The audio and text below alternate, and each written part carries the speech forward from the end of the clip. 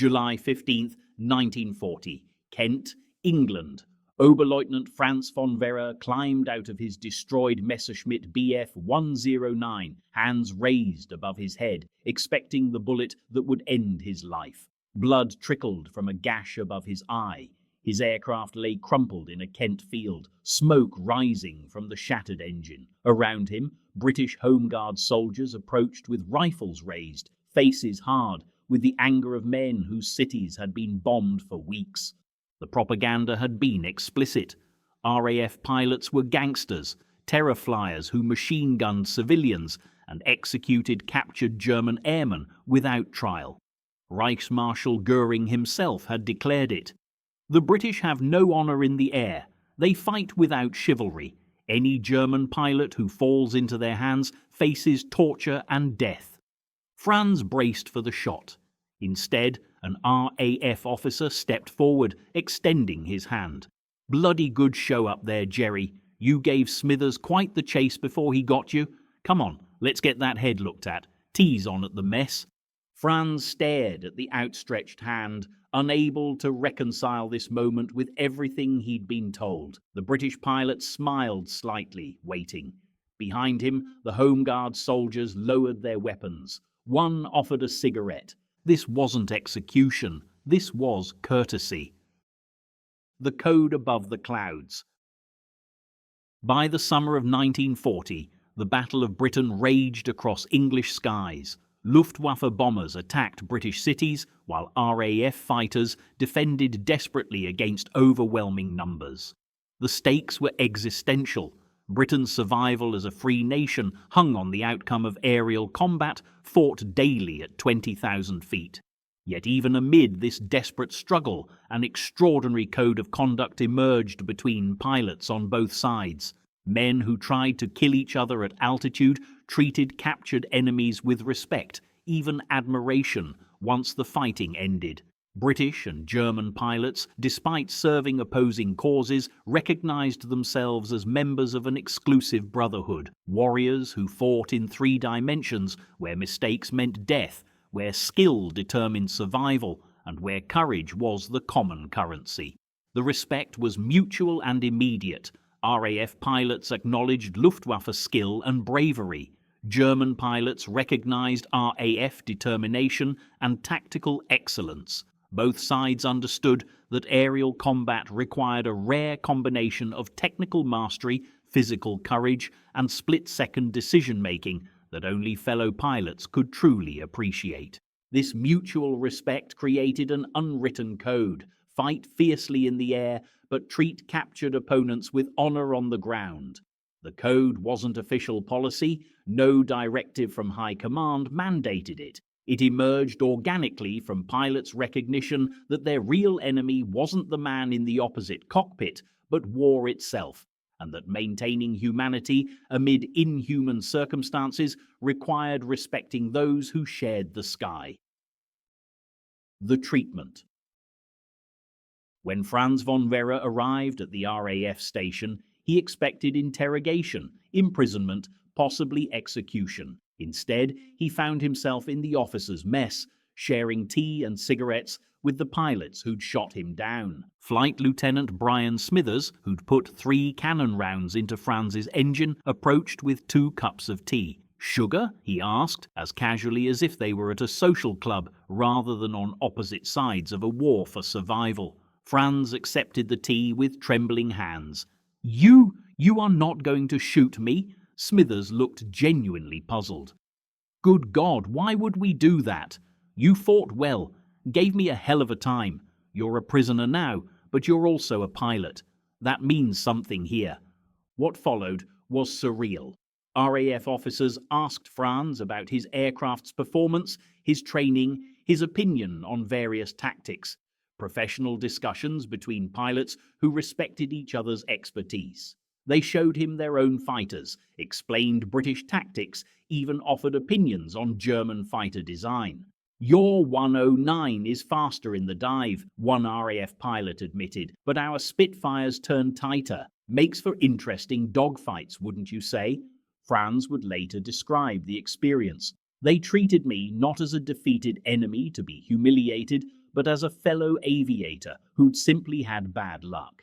They were curious about me, respectful of my skill, and genuinely interested in comparing experiences. I'd been told RAF pilots were ruthless killers. Instead, I found gentlemen who happened to wear different uniforms.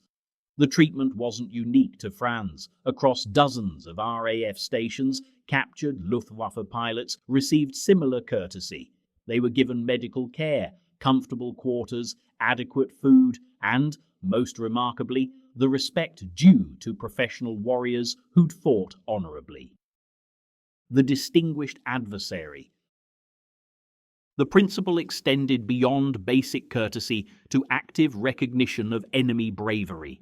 RAF pilots who witnessed exceptional Luftwaffe courage often recommended their opponents for recognition, even while those opponents remained prisoners. The case of Hauptmann Helmut Wick illustrated the principle perfectly. Wick was Germany's top fighter ace in 1940, credited with 56 victories before being shot down over the English Channel in November. His final combat demonstrated extraordinary skill and courage. Outnumbered 3-1, he damaged 2 Spitfires before his aircraft was hit. The RAF pilots who fought Wick's last battle filed combat reports that, while documenting his death, also praised his exceptional airmanship. Squadron leader John Dundas, who'd fired the fatal burst, wrote, "The German pilot fought with tremendous skill and courage. His tactics were sound, his shooting accurate. He was simply overwhelmed by numbers. He died as he fought, with honor." When Wick's body washed ashore weeks later, RAF personnel ensured he received full military honors. The burial was conducted with dignity, complete with honor guard, despite the fact that this enemy pilot had killed dozens of their comrades. The gesture recognized that Wick had been a warrior worthy of respect, that his death diminished both sides, and that honoring a brave enemy honored the concept of courage itself. Similar instances occurred throughout the battle. RAF pilots who shot down Luftwaffe aces often expressed regret at killing skilled opponents. They recognized that in different circumstances these men might have been comrades, that the uniforms were arbitrary, and that skill and courage transcended national boundaries. The Franz von Vera saga.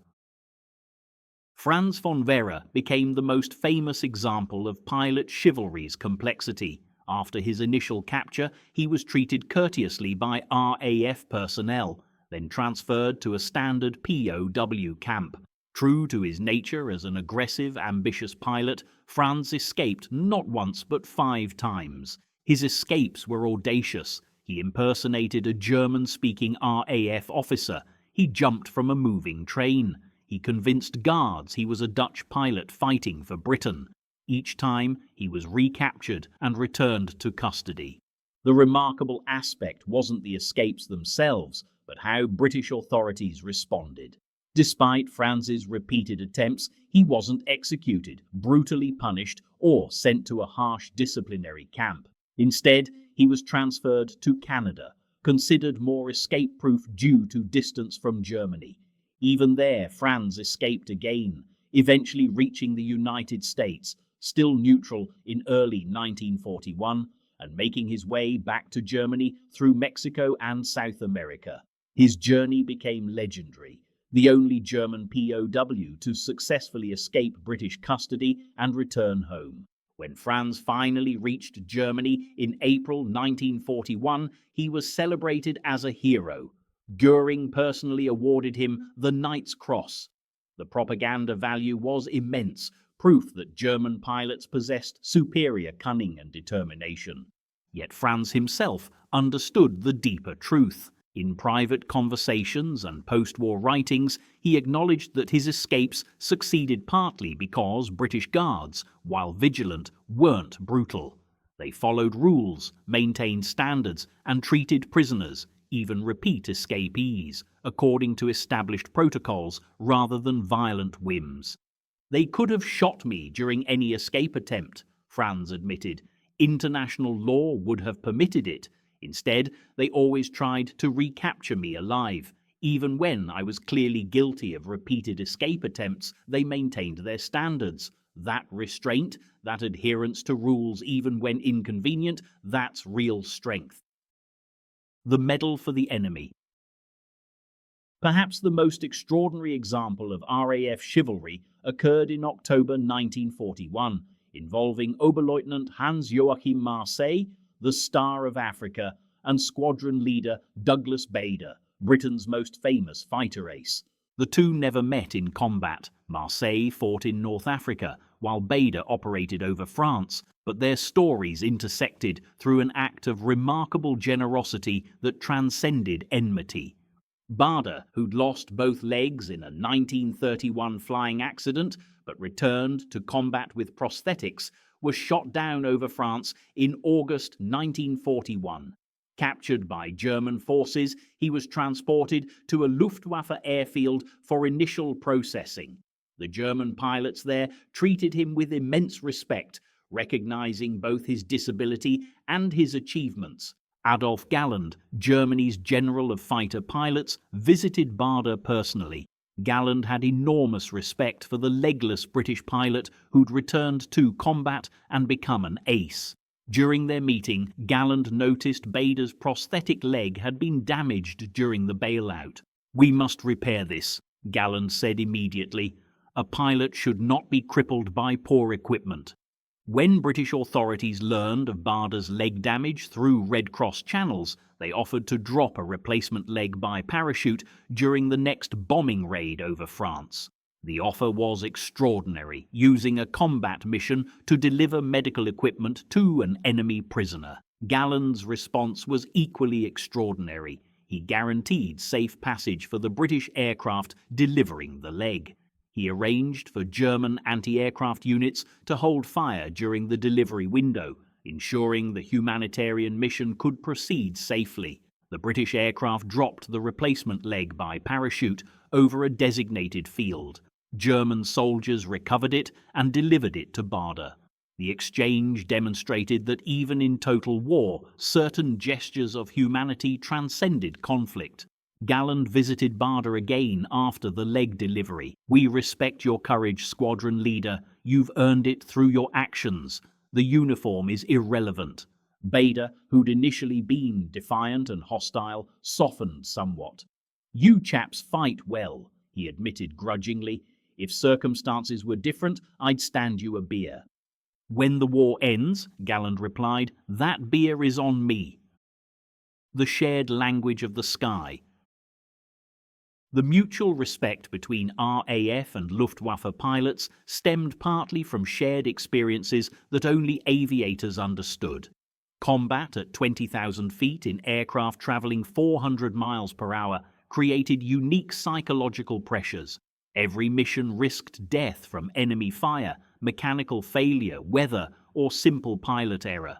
The men who survived developed deep bonds with others who understood that constant proximity to death. Both RAF and Luftwaffe pilots recognized this shared experience. They spoke the same technical language: angles of attack, deflection shooting, energy management, situational awareness. They faced identical fears: engine failure over water, fire in the cockpit, being caught alone by multiple enemies. They shared the same dark humor that helped process losses too frequent and traumatic to otherwise bear. This common ground created mutual understanding. An RAF pilot could look at a downed Luftwaffe opponent and think, "That could have been me. 5 minutes earlier, different circumstances, I'd be the one in the field, surrounded by enemies." The recognition bred empathy that transcended national hatred. The shared language extended to respect for skill. Both sides could recognize exceptional airmanship regardless of which uniform the pilot wore. A perfectly executed barrel roll, a brilliant tactical maneuver, accurate deflection shooting. These things commanded respect from professionals who understood how difficult they were to achieve. Many pilots kept unofficial scores of opponents they considered worthy. Enemy pilots who'd fought so well that killing them felt less like victory than tragedy. These weren't enemies to be celebrated. but respected adversaries whose deaths diminished the fraternity of skilled pilots. The Ritterkreuz respect. The mutual respect manifested in how pilots discussed enemy aces. Both RAF and Luftwaffe pilots followed each other's top scorers, not with hatred, but with professional interest and even admiration. When Werner Mulders, Germany's leading ace, was killed in November 1941, RAF pilots in several squadrons drank toasts to his memory, not because they supported Germany, but because Mulders had been a pilot of exceptional skill who'd fought honourably. His death was a loss to aviation itself. Similarly, when British ace Robert Stanford Tuck was shot down and captured in 1942, Luftwaffe pilots at his processing station treated him with enormous respect. They'd studied his tactics, admired his skill, and considered him a worthy opponent. His capture was celebrated as military success, but also treated with the regret that accompanies losing a respected competitor. Adolf Galland kept photographs of top RAF aces in his office. When asked why he displayed pictures of enemies, he replied, "They are the best pilots Britain has. Studying them makes me better. Respecting them reminds me that courage exists on both sides." This respect extended to practical matters. When captured pilots were interrogated, intelligence officers on both sides often showed detailed knowledge of their captives' combat records. But the interrogations frequently devolved into professional discussions between aviators who recognized each other as skilled practitioners of the same dangerous craft. RAF intelligence officer, that combat over Dover on July 23rd, how did you get behind Thompson's Spitfire? He swears you appeared from nowhere. Captured. Luftwaffe pilot, that. I used the sun angle, dove from 25,000 feet, leveled behind him at 18,000. He never saw me until I was already in firing position. RAF officer, brilliant, textbook energy management. Thompson still complains about it. These conversations blurred lines between interrogation and collegial shop talk, demonstrating that professional respect sometimes outweighed national enmity. The price of chivalry. The code between pilots wasn't universal. It existed primarily among fighter pilots. The elite, the individualists, the knights of the air. Bomber crews didn't receive the same treatment. Strategic bombing had killed civilians on both sides, creating hatreds that aerial chivalry couldn't overcome. Moreover, as the war intensified and casualties mounted, maintaining chivalric standards became harder. Pilots who'd lost close friends struggled to treat enemy prisoners with courtesy. The escalating brutality of ground war made aerial courtesy seem increasingly anachronistic. Yet many pilots maintained the code precisely because everything else had become barbaric. If honor couldn't exist in the trenches, at least it could survive in the sky. If civilians were dying in bombing raids, at least combatants could treat each other with dignity. The code became a refuge, a small space where war's brutality didn't completely extinguish human decency. Some pilots paid prices for maintaining chivalry. There were instances of pilots being criticized by superiors for showing respect to captured enemies, for being too soft, for failing to properly hate the opponent. Yet many persisted, believing that maintaining honor mattered more than tactical advantage or propaganda value. The post-war reunions. The true test of wartime respect came afterward. When the war ended, would former enemies remain enemies, or would the mutual respect survive peace? The answer revealed itself through dozens of post-war reunions between RAF and Luftwaffe veterans. Former opponents met as comrades, shared stories, renewed the friendships that had begun tentatively across barbed wire, and acknowledged that they'd fought each other honourably in an honourable manner. Adolf Galland and Douglas Bader met in 1945. Galland, true to his word, bought Bader that beer. They became lifelong friends, attending air shows together, collaborating on historical projects, and maintaining correspondence until Bader's death in 1982. Franz von Werra never got his reunion. He died in October 1941 when his aircraft crashed during a training flight in Germany, but the RAF pilots who'd guarded him during his captivity spoke of him with affection in post-war interviews. Franz was a handful, one recalled with a smile, but he was a proper pilot. You couldn't help but respect his determination. Countless other reunions occurred at air museums, veteran gatherings, and historical commemorations. Grey-haired men who'd tried to kill each other decades earlier embraced as brothers, bound by shared experiences that transcended the temporary enmity of nations at war. At a 1977 gathering in London, a Luftwaffe veteran approached an RAF pilot who'd shot him down in 1940. "You nearly killed me," the German said with a smile. "Worst day of my life." The British pilot grinned back. "Sorry about that. You recovered well, I see. Thanks to your medics, they patched me up properly." They shook hands, then shared a drink, two old men laughing about the day one had tried to murder the other and both had survived to appreciate the absurdity. The legacy. The chivalry between RAF and Luftwaffe pilots became one of World War II's most remarkable footnotes, proof that even in total war against an evil regime, individual honor could survive, that enemies could respect each other, and that shared profession created bonds stronger than national hatred. The code influenced post-war institutions.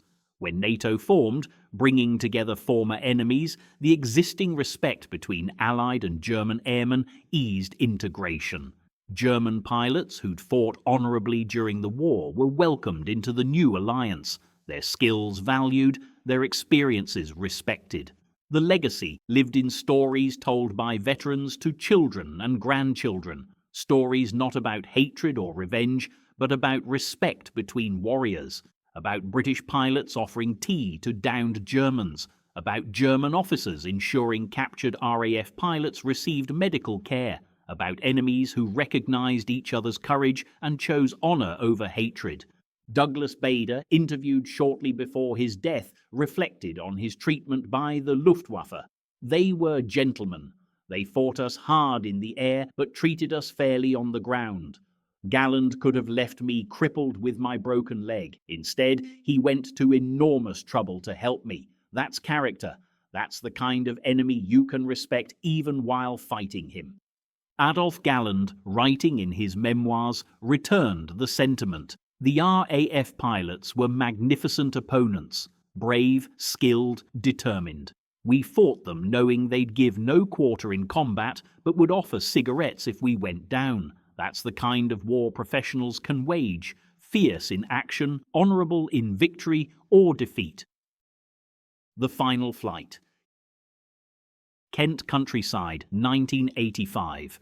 RAF Biggin Hill, now a peaceful airfield, hosting vintage aircraft displays. Franz von Werra never returned to England after his dramatic escapes. He died in the war he'd fought so aggressively. But 45 years after being shot down over Kent, his son visited the field where his father had crashed. Hans von Werra, a civilian engineer who'd never known his father, stood in the spot where the Messerschmitt had come down. He'd come seeking understanding of the man who died when Hans was an infant, leaving only photographs and propaganda stories. An elderly Englishman approached, leaning on a cane. "You're young von Werra, aren't you? You look just like your father." Hans turned. "Did you know him?" "Brian Smithers. I shot him down, right here, July 1940. The old pilot extended his hand. "Your father was a hell of a pilot. Gave me the toughest fight of my career." They shook hands. Hans didn't know what to say. This man had tried to kill his father. Smithers seemed to understand the confusion. "We were enemies then. Different times, different circumstances, but I respected your father's courage. After I got him, we had tea together, talked shop. He was a proper pilot. When I heard he died later that year, I was genuinely sad. The war took too many good men from both sides." Thank you, Hans managed, for telling me, for treating him well. It's what pilots do, Smithers said simply. We fight hard, but we remember we're fighting other humans. Your father understood that. I like to think if things had been reversed, he'd have done the same for me. They stood together in the quiet field, an old pilot and the son of his enemy, united by respect for courage that transcended the temporary madness of nations at war. Above them, a vintage Spitfire performed aerobatics at an air show, its engine roar echoing across the same sky where desperate battles had once raged. The aircraft rolled and looped, a graceful reminder of when men had fought and died with honor, when enemies could respect each other even while trying to kill each other, and when the code of warriors proved stronger than the hatreds of nations. The chivalry between RAF and Luftwaffe pilots didn't end the war or change its outcome. It didn't save lives or alter strategy, but it proved something perhaps more important. That even in humanity's darkest hours, individual honor could survive, that respect between warriors transcended politics, and that treating enemies with dignity when you defeated them showed greater strength than any brutality could demonstrate. German pilots expected execution when shot down over England. Instead, they received tea, medical care, and the respect due to brave men who'd fought honorably. That gesture of civilization amid barbarism, that insistence on maintaining standards when it would have been easier not to, became testament to what separates soldiers from savages. The cup of tea offered to a downed enemy, the medal given to a captured ace, the honorable burial for a respected opponent, these weren't weaknesses. They were the foundation of lasting peace, proof that civilization could survive war's pressures, and demonstration that true strength lies not in cruelty toward defeated enemies, but in unshakable decency toward all humans, even those who wore opposing uniforms. For the pilots who fought in those skies, for the men who tried to kill each other at dawn and shared cigarettes by dusk, for the warriors who proved that enemies could respect each other without betraying their causes. Their legacy endures not in victories or defeats, but in the reminder that humanity can survive even humanity's worst moments if we choose honor over hatred.